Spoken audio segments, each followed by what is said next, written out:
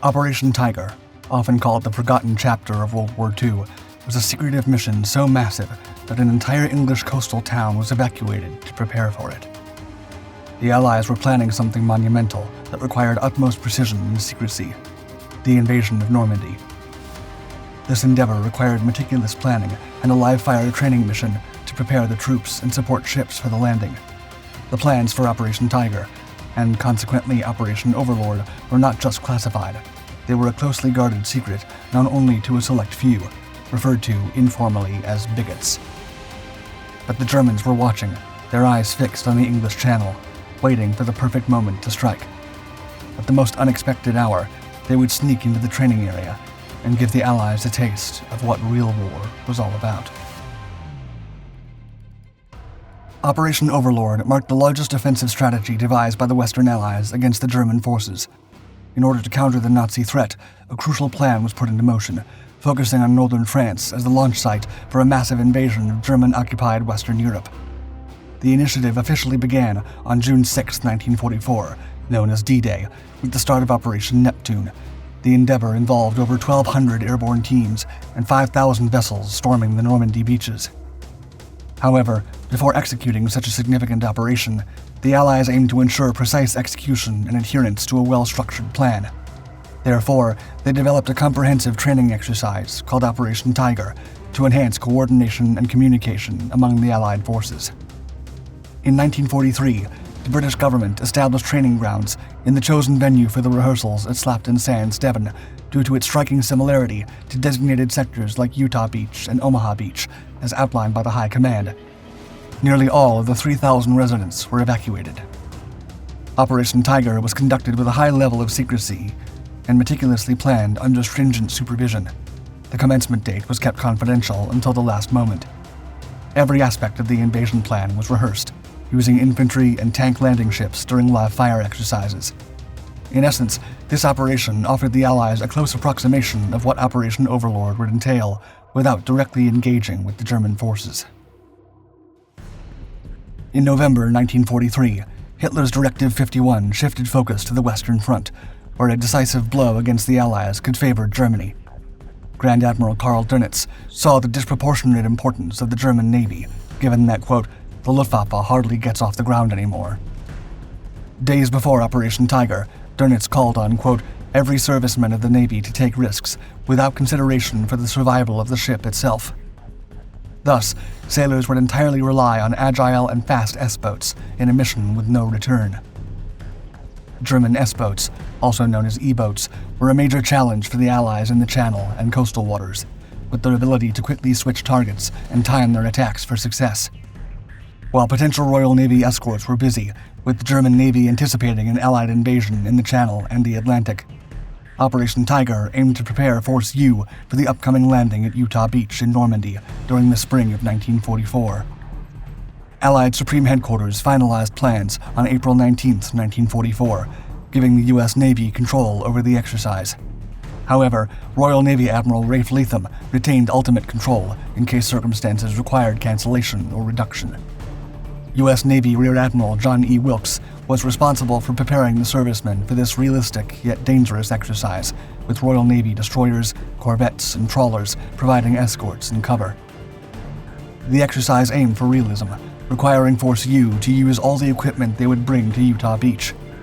As they landed at the rehearsal location on the English side of the Channel, cruisers and destroyers would engage in live fire over the trainees' heads, using the exact same vessels to be used on D-Day.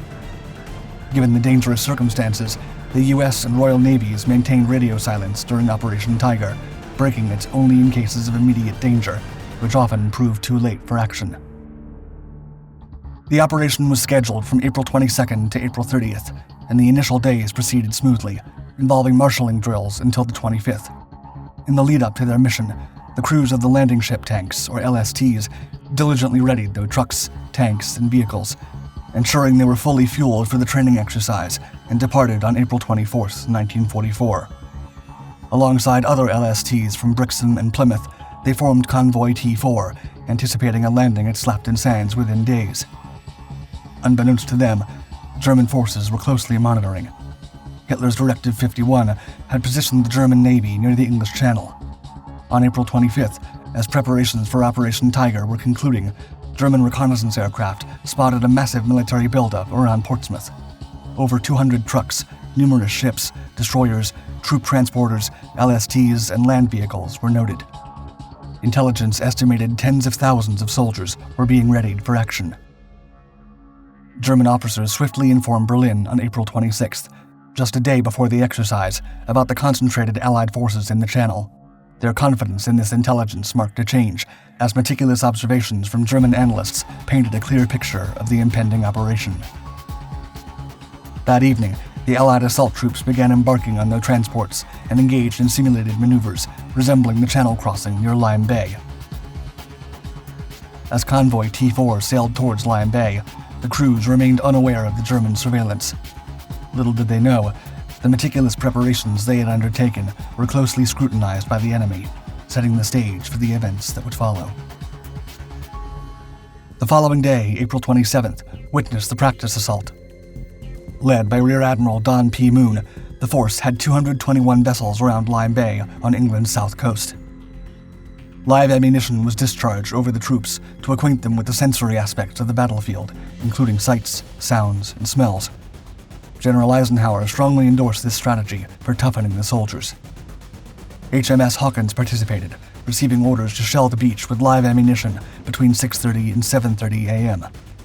However, an issue arose when the American admiral decided to postpone the live firing by naval vessels by 1 hour, failing to effectively communicate this alteration to the officers overseeing the landing ships. Regrettably, this miscommunication resulted in the first major setback for the Allied troops. They disembarked on the beach while the bombardment was still ongoing. Logs retrieved from British marine vessels indicated that contingency plans were faltering, leaving the soldiers on the shore uncertain whether the situation was a drill or an error. Nonetheless, the troops would still face more significant concerns before the end of the operation. On April 27th at 9:45 a.m., Convoy T4 set out from Plymouth towards Lyme Bay. Its primary mission was transporting American tanks and troops to Red Beach on Slapton Sands. But the convoy encountered a challenging situation from the outset. One of its two escorts, HMS Scimitar, was unable to join due to a collision with an American Landing Craft for Tanks, or LCT. Consequently, the convoy had to rely solely on HMS Azalea for protection, commanded by Lieutenant Commander George C. Geddes of the Royal Navy. Making matters worse, the decision was not communicated to higher command. The breakdown in communication only became evident at 7:30 p.m. when the captain of HMS Scimitar was interviewed. Meanwhile, the overall command of Convoy T4 rested with Commander Bernard Scahill of the U.S. Navy, stationed aboard LST 515. Both naval officers were well informed about the threat posed by German S-boats. The presence of these agile enemy boats necessitated unwavering vigilance and swift responses. However, the diminished escort of Convoy T4 was ill-equipped to effectively counter this threat. Additional defenses were set up to safeguard the entire operation in Lyme Bay, spanning from Start Point to Portland Bill. Moreover, 3 MBTs were stationed near Cherbourg to intercept any E-boats leaving their base. Despite these measures, at 10 p.m. on the 27th, the 5th and 9th Schnellboote flotillas, comprising 6 and 3 boats respectively, managed to elude the British MBTs. These Schnellboote, traveling at high speeds and maintaining radio silence, successfully breached the outer defensive screen across Lyme Bay. During the nighttime, British radar detected the presence of S-boats in the vicinity of Convoy T4. A crew aboard one of the LSTs also observed these vessels. Despite this awareness, no immediate action was taken. The assumption prevailed among the crew that these unidentified boats might belong to another Allied convoy. Similarly, British coastal gunners who sighted the S-boats chose not to engage, adhering to orders to withhold their fire. Even HMS Azalea, although aware of the presence of the S-boats, refrained from taking any defensive action at that time.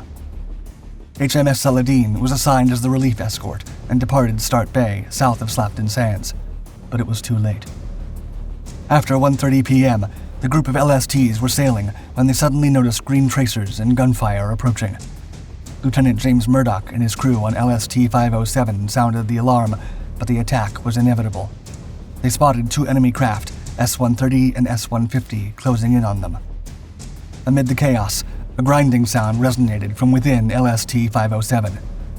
Both enemy vessels were firing torpedoes, with S-130 landing a direct hit on the auxiliary engine room. The explosion plunged the ship into darkness and caused a raging fire, rapidly spreading to the deck where vehicles and equipment were stored. As the inferno grew, the crew watched helplessly as vehicles, gas tanks, and ammunition exploded.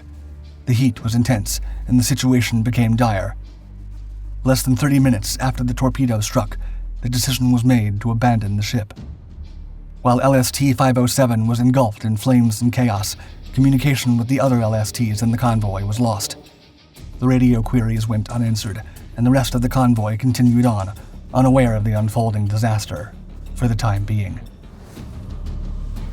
All of a sudden, at 2:17 a.m., another ship named LST-531 burst into flames after being hit by 2 torpedoes. Even as she was sinking, she fought back, shooting at the enemy. Regrettably, the ship took most of her crew down with her.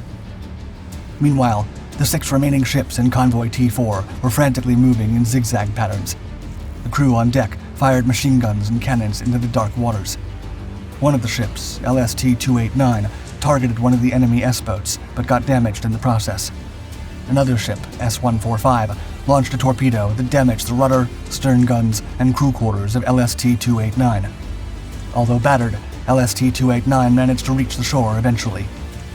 The other ships also headed toward more shallow waters for safety. Amid the oil-covered and debris-filled water, where the temperature was a chilling 42 degrees Fahrenheit or 9 degrees Celsius, men grouped around floating objects to keep themselves afloat while staving off hypothermia. LST-289 found herself positioned ahead of LST-507 and became the target of a torpedo strike, marking the third and final ship to be hit. Despite sustaining significant damage to her stern, LST-289 managed to stay afloat. The remaining LSTs in the fleet adhered to orders and commenced their journey toward the nearest port. The E-boats responsible for the attack had departed the scene. In this challenging situation, Captain John Doyle demonstrated remarkable initiative.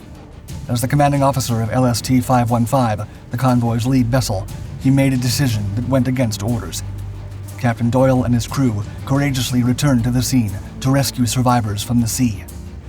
Their efforts led to the successful rescue of around 134 individuals who would have otherwise been lost to the sea. They maintained their rescue operations until the break of dawn, when the British ship HMS Onslow arrived to lend assistance and further aid in the rescue mission. The decision to invade Normandy was a secret to be protected at all costs.